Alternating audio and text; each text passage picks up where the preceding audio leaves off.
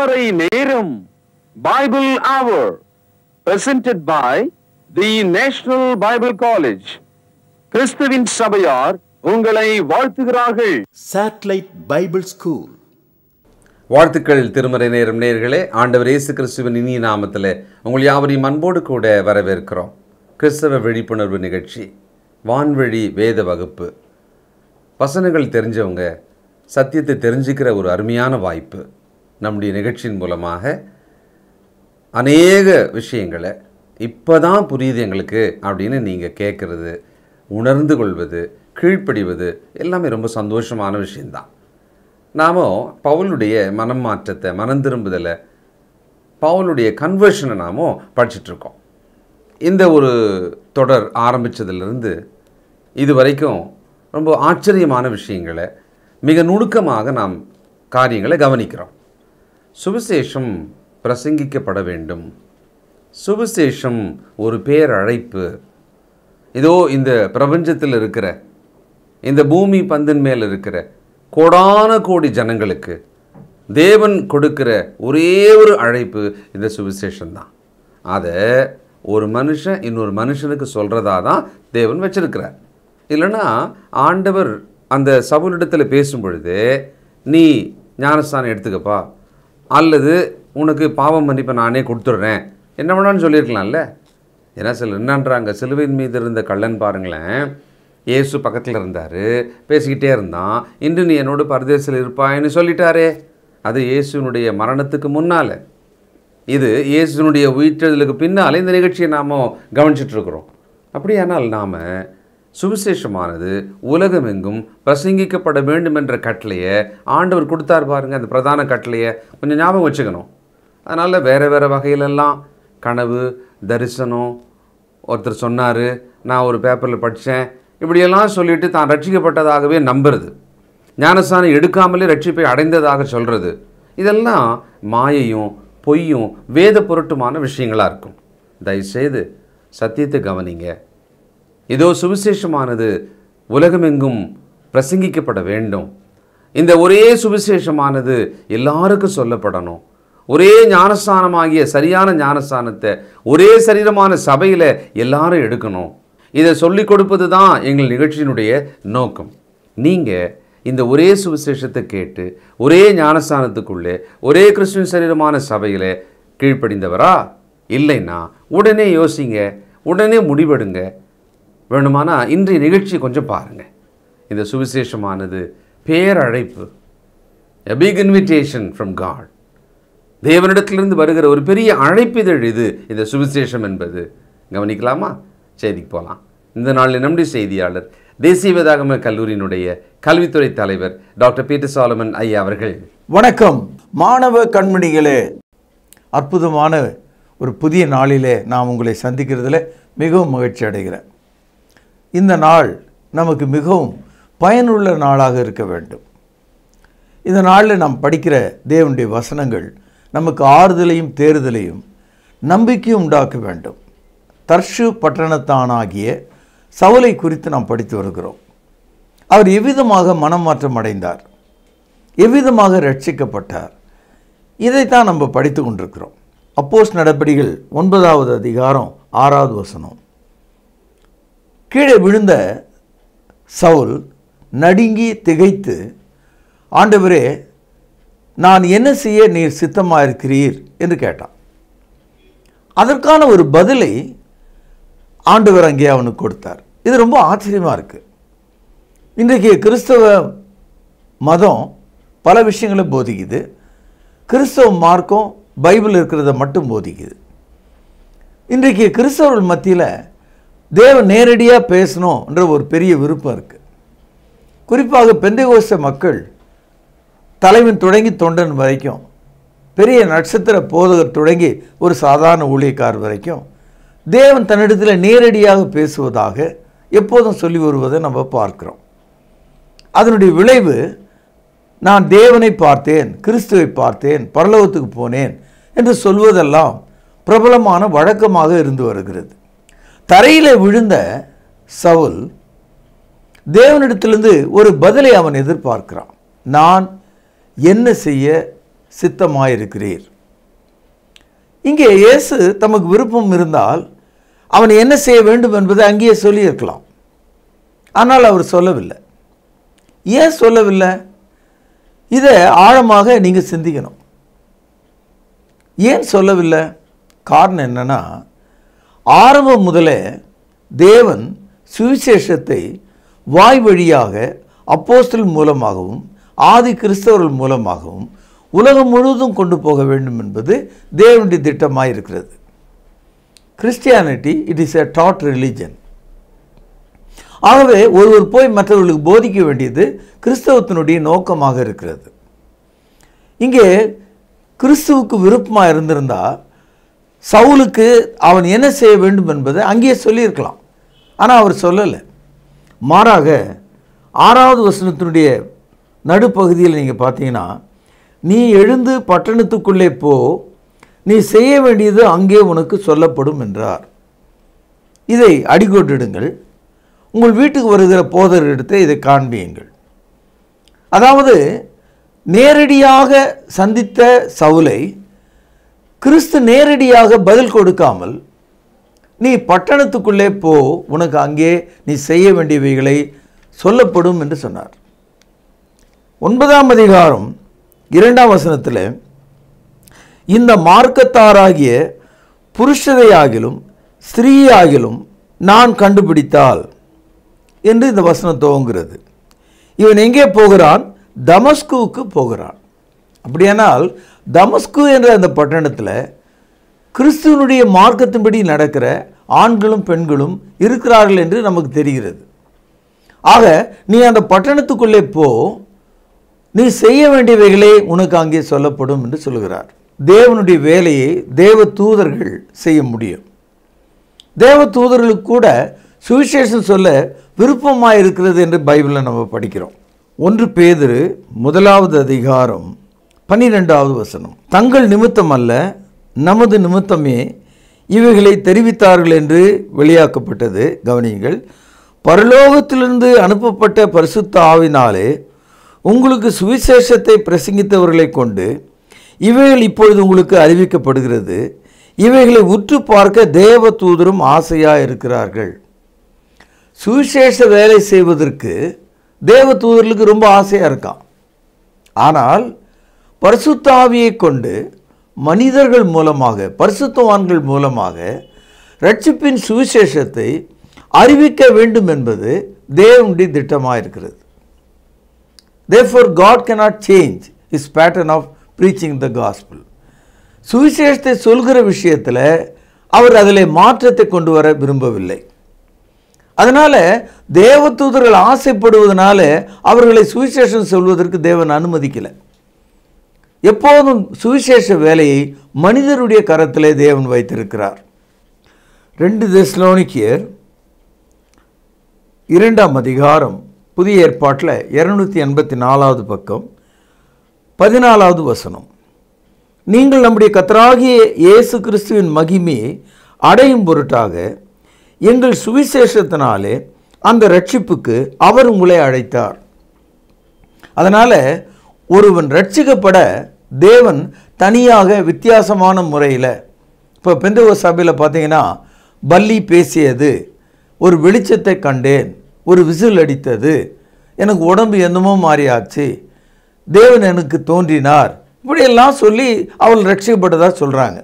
ஆனால் புதிய ஏற்பாட்டில் மனிதனை ரட்சிக்க ஒரு சுவிசேஷகனை கொண்டு சுவிசேஷத்தினாலே மனிதர்களை அவர் அழைக்கிறார்.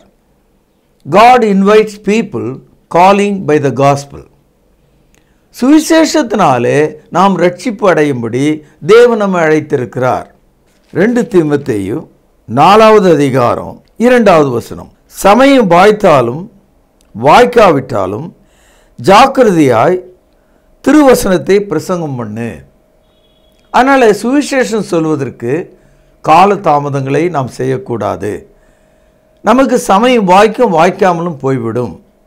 ஆகவே எல்லா நீடிய சாந்தத்தோடும் உபதேசத்தோடும் கண்டனம் பண்ணி கடிந்து கொண்டு புத்தி சொல்லு.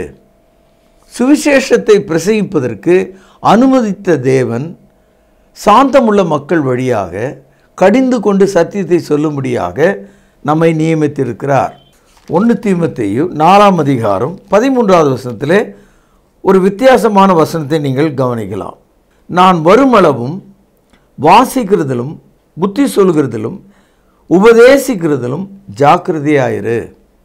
அப்படியானால் சுவிசேஷத்தை சொல்கிற மக்கள் புதிய ஏற்பாட்டிலே கிறிஸ்துவை குறித்து நமக்கு சொல்லப்பட்டவைகளை ஜாக்கிரதையோடு மீண்டும் மீண்டும் வாசித்து அதை எடுத்து ஜனங்களுக்கு சொல்ல வேண்டியது அவசியமாக இருக்கிறது. மத்தேயு 28ஆம் அதிகாரம் 19ஆம் வசனத்தில் சுவிசேஷத்தை உலகம் முழுவதும் சொல்லத்தக்கதாக கிறிஸ்து தமது அப்போஸ்தலர்களுக்கு அதிகாரத்தை கொடுக்கிறார். ஆகையால் நீங்கள் புறப்பட்டு போய் சகல ஜாதிகளையும் சீஷராக்கி பிதா குமாரன் பரிசுத்தாவின் நாமத்திலே அவர்களுக்கு ஞானஸ்நானம் கொடுத்து நான் உங்களுக்கு கட்டளையிட்ட யாவையும் அவர்கள் கைக்கொள்ளும்படி அவர்களுக்கு உபதேசம் பண்ணுங்கள். ஆக சுவிசேஷத்தை சொல்லக்கூடிய வேலையை தேவன் மனிதர்களுடைய கரங்களில் கொடுத்திருக்கிறார். அதை தேவதூதர்கள் கூட செய்ய முடியாது. இந்த வேலையை தேவன் மாற்ற விரும்பவில்லை. இந்த சுவிசேஷ வேலையை எருசலேம் தொடங்கி பூமி முழுவதும் பாவ மன்னிப்பின் செய்தியாக சொல்ல வேண்டும் என்று தேவன் விரும்புகிறார். லூக்கா 24:47 புதிய ஏற்பாட்டில் 123வது பக்கம். அன்றியும் மனம் திரும்புதலும் பாவ மன்னிப்பும் எருசலேம் தொடங்கி சகல தேசத்தாருக்கும் அவருடைய நாமத்தினாலே பிரசங்கிக்கப்பட வேண்டியது. ஆகவே சுவிசேஷத்தை போதிக்க வேண்டும், அதை எடுத்து ஜனங்களுக்கு சொல்ல வேண்டும். அப்படி சொல்லும்போது அந்த மனிதன் எப்படி ரட்சிக்கப்பட வேண்டும் என்பதை அந்த சுவிசேஷகர் அவனுக்கு கற்றுக் கொடுக்கிறார். 1 கொரிந்தியர் 9ஆம் அதிகாரத்தில் 16ஆம் வசனம் பாருங்கள், பக்கம் 235. சுவிசேஷத்தை நான் பிரசங்கித்து வந்தும் மேன்மை பாராட்ட எனக்கு இடமில்லை. கவனியுங்கள், அது என் மேல் விழுந்த கடமையாக இருக்கிறது. சுவிசேஷத்தை நான் பிரசங்கியாதிருந்தால் எனக்கு ஐயோ. இந்த வசனங்கள் எல்லாம் ஒன்றாக நாம் சேர்த்து படிக்கும்போது நேரடியாக இயேசு கிறிஸ்து சவுலிடத்தில் நீ ரட்சிக்கப்பட என்ன செய்ய வேண்டும் என்ற பதிலை சொல்லாமல், நீ எழுந்து பட்டணத்துக்குள்ளே போ, அந்த பட்டணம் தமஸ்கு என்று நமக்கு தெரிகிறது, அங்கே உனக்கு சொல்லப்படும், நீ என்ன செய்ய வேண்டும் என்பது உனக்கு சொல்லப்படும். சகோதரர்களே, அதே விதமாக அப்போஸ்தலர் நடபடிகள் 9ஆம் அதிகாரம் 13வது வசனத்திலிருந்து சில பகுதியை நான் வாசிக்கிறேன், கவனிங்கள். அதற்கு அனனியா, ஆண்டவரே, இந்த மனுஷன் எருசலேமில் உள்ள உம்முடைய பரிசுத்தவான்களுக்கு எத்தனையோ பொல்லாங்களை செய்தான் என்று அவனை குறித்து அநேகரால் கேள்விப்பட்டிருக்கிறேன். இங்கேயும் உம்முடைய நாமத்தை தொழுது கொள்கிற யாவரையும் கட்டும்படி அவன் பிரதான ஆசாரிகளால் அதிகாரம் பெற்றிருக்கிறானே என்றான். அதற்கு கர்த்தர், நீ போ, அவன் புறஜாதிகளுக்கும் ராஜாக்களுக்கும் இஸ்ரவேல் புத்திரருக்கும் என்னுடைய நாமத்தை அறிவிக்கிறதுக்காக நான் தெரிந்து கொண்ட பாத்திரமாக இருக்கிறான். அவன் என்னுடைய நாமத்தின் நிமித்தம் எவ்வளவாய் பாடுபட வேண்டும் என்பதை நான் அவனுக்கு காண்பிப்பேன். அப்பொழுது அனனியா போய் வீட்டுக்குள் பிரவேசித்து அவன் மேல் கையை வைத்து, சகோதரனாகி சவுலே, நீ வந்த வழியிலே உனக்கு தரிசனமான இயேசுவாகிய கர்த்தர் நீ பார்வையடையும்படிக்கும் பரிசுத்தாவினாலே நிரப்பும்படிக்கும் என்னை அனுப்பினார் என்றான். உடனே அவன் கண்களிலிருந்து மீன் செதில்கள் போன்றவைகள் விழுந்தது. அவன் பார்வையடைந்து எழுந்திருந்து ஞானஸ்நானம் பெற்றான். இந்த முழுமையான ஒரு வரலாற்றை நீங்கள் ஆழமாக படிக்கணும். நீ எழுந்து பட்டணத்துக்குள் போ, அங்கே உனக்கு சொல்லப்படும். ஒரு கேள்வி, இன்றைக்கி நீங்கள் இருக்கிற பகுதியில் எங்கே போய் யார்கிட்ட நான் ரட்சிக்கப்பட என்ன செய்ய வேண்டும் என்று கேட்பீர்கள்? ஒரு கத்தோலிக்கரிடத்தில் போனால் அவர்கள் என்ன சொல்லித் தருகிறார்கள்? ஒரு புராட்டஸ்டன்ட் சபைக்கு போனால் அவர்கள் என்ன சொல்லித் தருவார்கள்? ஒரு பெந்தகோஸ்து சபைக்கு போனால் அவர்கள் உங்களை எவ்விதமாக மூளைச்சலவை செய்வார்கள்? இதெல்லாம் நீங்கள் கவனிச்சுக்கணும். ஆகவே நீங்கள் நேராக சுவிசேஷத்தை கேள்விப்பட வேண்டுமானால் சத்தியத்தின்படி நடக்கிற மார்க்கத்தாரிடத்தில் போக வேண்டும். 33ஆம் ஆண்டிலே எருசலேமில் ஸ்தாபிக்கப்பட்ட அந்த சபையின் வழியாக போதிக்கிற, சத்தியத்தை போதிக்கிற மனுஷரிடத்தில் செல்ல வேண்டும், அல்லது அவர்களை நீங்கள் தொடர்பு கொள்ள வேண்டும். அப்பொழுது உங்களுக்கு நீங்கள் ரட்சிக்கப்பட வேண்டிய வழியை, நீங்கள் கர்த்தருக்கு பிரியமாக இருக்கக்கூடிய வழியை, உங்கள் பாவங்கள் கழுவப்படக்கூடிய வழியை அவர்கள் வசனத்தை கொண்டு உங்களுக்கு போதிப்பார்கள். இன்றைக்கு நாம் அனுபவத்தினால ஒருவரை கிறிஸ்தவராக மாற்றுவது கிடையாது. மதத்தின் பெயரால் நாம் ஒருவரை கிறிஸ்தவராக மாற்றுவது கிடையாது. கைகளை வைக்கிறதுனாலே ஒருவரை நாம் கிறிஸ்தவராக மாற்றுவது கிடையாது. சுவிசேஷத்தை போதிக்கிறதுனாலே, போதித்து அவர்களுக்கு ஞானஸ்தானத்தை கொடுக்கிறதுனாலே நாம் அவர்களை கிறிஸ்துக்குள்ளே கொண்டு வருகிறோம். சகோதரர்களே, இந்த நாளில் நீங்கள் கேட்ட இந்த செய்தியின் வழியாக ஒன்றை நீங்கள் தெளிவாக புரிந்து கொள்ள வேண்டும். கிறிஸ்து நேரடியாக தர்சு பட்டணத்தானாகிய சவுலிடத்திலே நேரடியாக பேசுகிறார். முள்ளில் உதைக்கிறது உனக்கு கடினமாம் என்றார். சவுல் உடனே புரிந்து கொண்டார், இயேசு கிறிஸ்து உயிரோடு இருக்கிறார். ஏனென்றால் செத்த மனிதனுக்கு முள்ளிலே குத்தினா வலி தெரியாது, செத்த மனிதனுக்கு துன்பம் படுத்த முடியாது. அப்போ இயேசு உயிரோடு இருக்கிறார் என்று அவனுக்கு தெரிந்தது. உடனே அவன், ஆண்டவரே, நான் என்ன செய்ய சித்தமாக இருக்கிறீர் என்று கேட்டான். இந்த மாதிரி ஒரு கேள்வி அவன் கேட்ட பொழுது நேரடியான பதிலுக்கு பதிலாக, நீ பட்டணத்துக்குள்ளே போ, உனக்கு அங்கே சொல்லப்படும். இதிலிருந்து நாம் தெரிந்து கொள்ள வேண்டிய ஒரு விஷயம் என்னன்னா, முழுமையான புதிய ஏற்பாட்டில்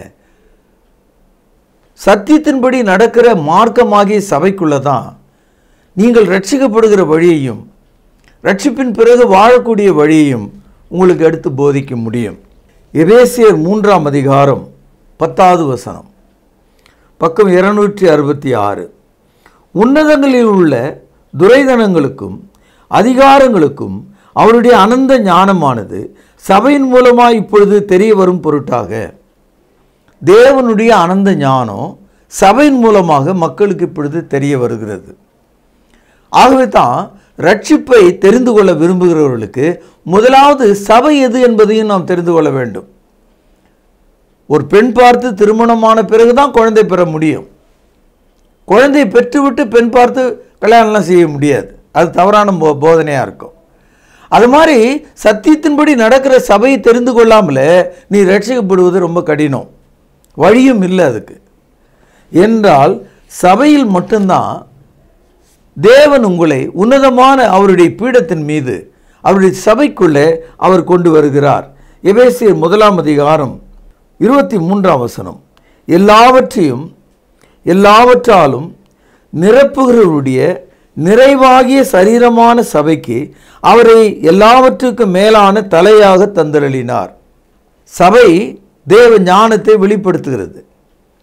அந்த தேவ ஞானம் உங்களை சபைக்குள்ளே எல்லாவற்றையும் எல்லாவற்றாலும் நிரப்புகிற தேவனுடைய செயலுக்குள்ளே கொண்டு வருகிறது. அப்பொழுது நீங்கள் தேவன் தாமே கட்டி அஸ்திவாரப்படுத்தின திருச்சபையின் மீது ரட்சிக்கப்படுகிறவர்களாக கட்டப்படுகிறீர்கள். ஆகவே நீங்கள் தேவனுடைய பிள்ளைகளாக மாற வேண்டுமானால் அக்கம் பக்கம் விசாரித்து, நாம் ஒரு குருடர்களைப் போல அலையாமல், அக்கம் பக்கம் விசாரித்து ஒரு அஞ்ஞானிகளைப் போல நாம் தெரியாமல், சுவிசேஷத்தினாலே நாம் ரட்சிக்கப்பட முடியும். சுவிசேஷத்தை பிரசங்கிக்கிறவர்களை கொண்டு தேவன் ஞானத்தை வெளிப்படுத்துகிறார். அந்த ஞானம் சபையிலே வெளிப்படுகிறது. அந்த சபை எல்லாவற்றையும் நிரப்பக்கூடிய ஒன்றாக இருக்கிறது. அது கிறிஸ்துவனுடைய அஸ்திவாரமாகவும் சரீரமான சபையாகவும் அதற்கு அவர் தலையாகவும் இருக்கிறார். நண்பர்களே, இந்த நாளில் கேட்ட இந்த செய்தி உங்களுக்கு தலை சுத்தலை ஏற்படுத்தக்கூடாது. காரணம் என்னென்னா, காலகாலமாக நம்முடைய மூளையானது மதத்தின் கீழே எப்படியோ சுரண்டப்பட்டிருக்கு. அது ஒரு நாசமான நிலையில் இருக்கிறது. நாம் போகிற வழியே சரி என்று நினைத்து கொண்டிருக்கிறோம். உங்களுக்கும் விக்கிரக வழிபாடு செய்கிறவர்களுக்கு என்ன வேறுபாடு? அவங்களும் அதான் சொல்கிறாங்க, எங்கள் அப்பா அம்மா இருக்கிற வரைக்கும் நாங்கள் இப்படி தான் இருப்போம்னு. நீங்களும் அதே மாதிரி தான் சொல்லிகிட்டு இருக்கீங்க. ஆகவே உங்கள் சமுதாயத்தையோ உங்கள் பெற்றோரையோ நீங்கள் காட்டாமல், இவ்வளோ காலம் நான் போன வழி இப்படி தான் அப்படின்னு அந்த சபையை காட்டாமல், மாறாக புதிய ஏற்பாடு உங்களுக்கு என்ன போதிக்கிறது? சவுலை கிறிஸ்து நேரடியாக சந்தித்தார், சவுலிடத்தில் பேசினார், சவுல் கர்த்தரிடத்திலே பேசினார். ஆனால் ரட்சிக்கப்படும் வழி உனக்கு பட்டணத்திலே சொல்லப்படும், தமஸ்குவுக்கு போ. அங்கே பரிசுத்தவான்களாகிய சபையார் இருந்தார்கள். அதிலிருந்து ஒருவர் அனனியா என்பவன் புறப்பட்டு வந்து அவனுக்கு சத்தியத்தை சொல்லி அவனுக்கு ஞானஸ்தானத்தை கொடுத்தான் என்ற தகவலை நாம் இந்த காலையில் பார்த்தோம். நீங்களும் அப்படியே வாழத்தக்கதாகவும் கீழ்ப்படியத்தக்கதாகவும் ஞானஸ்தானம் பெற்றுக்கொள்ளத்தக்கதாகவும் தேவனுக்கு பிரியமாக இருக்கத்தக்கதாகவும் உங்களை நான் ஆசீர்வதிக்கிறேன். அப்போஸ்தலர் நடபடிகள் 22ஆம் அதிகாரம் 16வது வசனம். அப்பொழுது நீ தாமதிக்கிறது என்ன? நீ எழுந்து கர்த்தருடைய நாமத்தை தொழுது கொண்டு ஞானஸ்தானம் பெற்று உன் பாவங்கள் போக கழுவப்படு என்றான். அதாவது பவுல் சவுலாக இருந்த அந்த நாளில் அவன் அனனியாவை சந்தித்த போது அனனியா அவனுக்கு இயேசு கிறிஸ்துவை குறித்து போதித்து கொண்டே இருந்தான். கடைசியில் ஞானஸ்தானத்தை குறித்து போதித்தான். அந்த ஞானஸ்தானத்தினுடைய நோக்கம் என்னன்றதையும் போதித்தான். இதை சவுல் பவுலான பிறகு பின்னொரு காலத்தில் அப்போஸ்தலர் நடபடிகள் 22:10வது வசனத்தில் நினைவு கூர்ந்து பவுலடியார் சொல்கிறாரு, நான் ஏன் ஞானஸ்தானம் எடுத்தேன்னா பாவ மன்னிப்புக்காக, உன் பாவங்கள் போக கழுவப்படு என்று சொன்னான். பாவங்கள் போக எப்படி கழுவப்படணும்னா அதுதான் ஞானஸ்தானம்.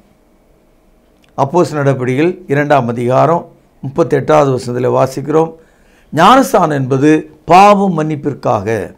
1 பேதுரு 3ஆம் அதிகாரம் 21வது வசனத்தில் வாசிக்கிறோம், புறமான மாம்சத்தில் உள்ள அழுக்குகளை நீக்குவதற்காக இல்லாமல் கிறிஸ்துவோடு கூட நல் மனசாட்சி பெற்றுக்கொள்வதற்காக ஞானஸ்தானத்தில் நாம் சேருகிறோம். கலாத்தியர் 2ஆம் அதிகாரம் 12ஆம் வசனத்தில் வாசிக்கிறோம், நாம் புதிய மனுஷனாக இருக்கும்படி அவரை தரித்து கொள்ளத்தக்கதாக ஞானஸ்தானத்துக்குள்ளே சேருகிறோம். ஞானஸ்தானம் பெறுகிற மனிதன் கிறிஸ்துவனுடைய மரணம், அடக்கம், உயிர்த்தெழுதலில் பங்கு கொள்ளுகிறான். ரோமர் 6ஆம் அதிகாரம் 3-4 வசனங்கள்.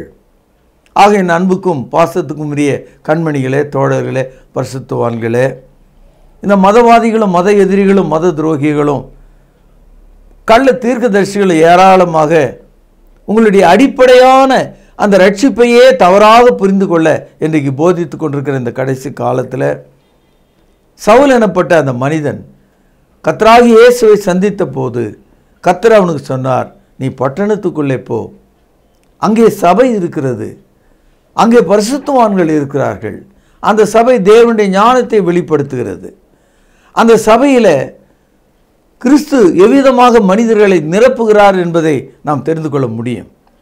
இந்த நாளில் நீங்களும் அவ்விதமாக ரட்சிக்கப்படத்தக்கதாக சத்தியத்தின்படி நடக்கத்தக்கதாக தேவனுக்கு உங்களை ஒப்பு கொடுக்கவும் அதை பற்றிய விவரங்களை கேட்டு தெரிந்து கொள்ளவும் உங்களை அன்போடு நான் கேட்டுக்கொண்டு இன்றைய செய்தியை நான் இங்கே நிறைவு செய்கிறேன். பிரார்த்தனை செய்வோம். மகா பரிசுத்த நிறைந்த எங்கள் அன்பான தகப்பனே, இந்த நாளிலே நாங்கள் கேள்விப்பட்ட ஜீவனுள்ள வசனத்திற்காக ஸ்தோத்திரம். சவுல் எனப்பட்ட வாலிபன் தமஸ்குவுக்கு போன போது அவன் ரட்சிக்கப்பட வேண்டிய வழியை அனனியா போதித்து அவருக்கு ஞானஸ்தானம் கொடுத்தார் என்ற தகவல் எங்கள் இருதயத்துக்குள்ளே ஆழமாக இருக்கவும் நாங்களும் அவ்விதமாக உமது வழியிலே நடக்கவும் எங்களுக்கும் எங்கள் குடும்பத்துக்கும் உதவி செய்தருளும். ஆண்டவர் இயேசுவின் பெயரால் ஜெபத்தை கேட்டருளும். ஜீவனுள்ள எங்கள் நல்ல பிதாவே, ஆமேன். வாழ்த்துக்கள் நேயர்களே. சவுலின் மனமாற்றத்தை குறித்து தொடர் செய்தியாக நீங்கள் கேட்டு வருகிறீர்கள்.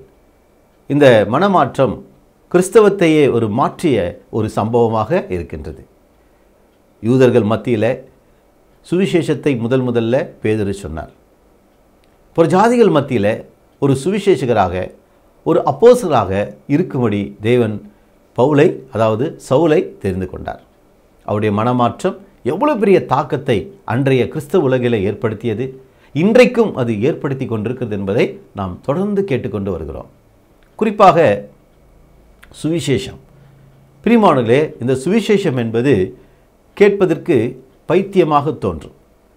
தேவன் மனிதனாக அவதரிப்பதும், தேவன் மனித உருவிலே வருவதும், மனிதனுக்காக வாழ்ந்து இரத்தம் சிந்துவதும் கேட்பதற்கு மிகவும் ஆச்சரியமாக இருக்கிறது. ஆனால் அப்படிப்பட்ட ஒரு சுவிசேஷத்தை கொண்டுதான் மனுக்குலத்தை பிரசங்கத்தின் மூலமாக, அந்த சுவிசேஷத்தை பிரசங்கத்தின் மூலமாக ரட்சிக்க வேண்டும் என்பது தேவனுக்கு ஏற்ற விருப்பமாக இருந்தது, அவருடைய சித்தமாக இருக்கிறது. இதை தான் இந்த நாளிலே நீங்கள் கேட்டீர்கள். ஏன் இயேசு நேரடியாக சவுலை பார்த்து நீ போய் ஞானஸ்நானம் பெற்றுக்கொள் என்று சொல்லாமல் ஏன் அனனியாவிடத்தில் அனுப்ப வேண்டும்? ஏன் அவர் வசனங்களை சொல்ல வேண்டும்? இவைகளை எல்லாம் குறித்து தெளிவாக இன்று கேட்டீர்கள். நான் நினைக்கிறேன் பல வருஷங்களாக உங்களுக்கு பல சந்தேகங்கள் இதில் இருந்திருக்கும். ஏன் இயேசு நேரடியாக சொல்லவில்லை என்று. இன்றைக்கு உங்களுக்கு சரியான பதில் கிடைத்திருக்கிறது. பாருங்கள், இந்த நிகழ்ச்சியை பார்க்கும்படி மற்றவர்களையும் உற்சாகப்படுத்துங்கள். இன்று நீங்கள் கேட்ட செய்தியிலிருந்து உங்களுக்கான பரிசு கேள்வி இதுதான். சுவிசேஷம் ஏன் போதிக்கப்பட வேண்டும்? எழுதிக்கொண்டீர்களா? நிச்சயமாக நல்ல பரிசு காத்திருக்கிறது. சரியான பதிலை எழுதுங்கள். கேள்வி இதுதான், ரொம்ப எளிமையான கேள்வி. சுவிசேஷம் ஏன் போதிக்கப்பட வேண்டும்? சரியான பதிலை எழுதுங்கள். சமீபத்தில் அநேகர் புதிய ஏற்பாட்டு சத்தியத்துக்கு கீழ்ப்படிந்தீர்கள். உங்களை பாராட்டுகிறோம். நீங்கள் கிறிஸ்துவின் சபையிலே கிறிஸ்துவின் போதனையின்படி விசுவாசத்திலே வேரூன்றி நிலைத்து நிற்கும்படி உங்களை உற்சாகப்படுத்துகிறோம். உங்களால் ஆன மட்டும் ஆண்டவர் இயேசுவை பற்றி பிறருக்கு சொல்லுங்கள். நிச்சயமாக தேவன் உங்களை ஆசீர்வதிப்பார். மீண்டும் இதே சேனலில் இதே நேரத்தில் உங்களை சந்திக்கும் வரை கர்த்தராயிருக்கிற இயேசு கிறிஸ்துவின் கிருபை உங்கள் அனைவரோடும் கூட இருப்பதாக. தொடர்பு கொள்ள வேண்டிய முகவரி: திருமறை நேரம், 58 சர்ச் தெரு, குமரன் நகர், சென்னை 6,82,000. தொலைபேசி எண் 0442550082. செல்போன் 9385500882. கர்த்தாவே, தேவர்களில் உமக்குப்பானவர் யார்? வானத்திலும் பூமியிலும் உமக்குப்பானவர் யார்? உமக்குப்பானவர் யார்? உமக்குப்பானவர் யார்? வானத்திலும் பூமியிலும் உமக்குப்பானவர் யார்? வானத்திலும் பூமியிலும் உமக்குப்பானவர் யார்?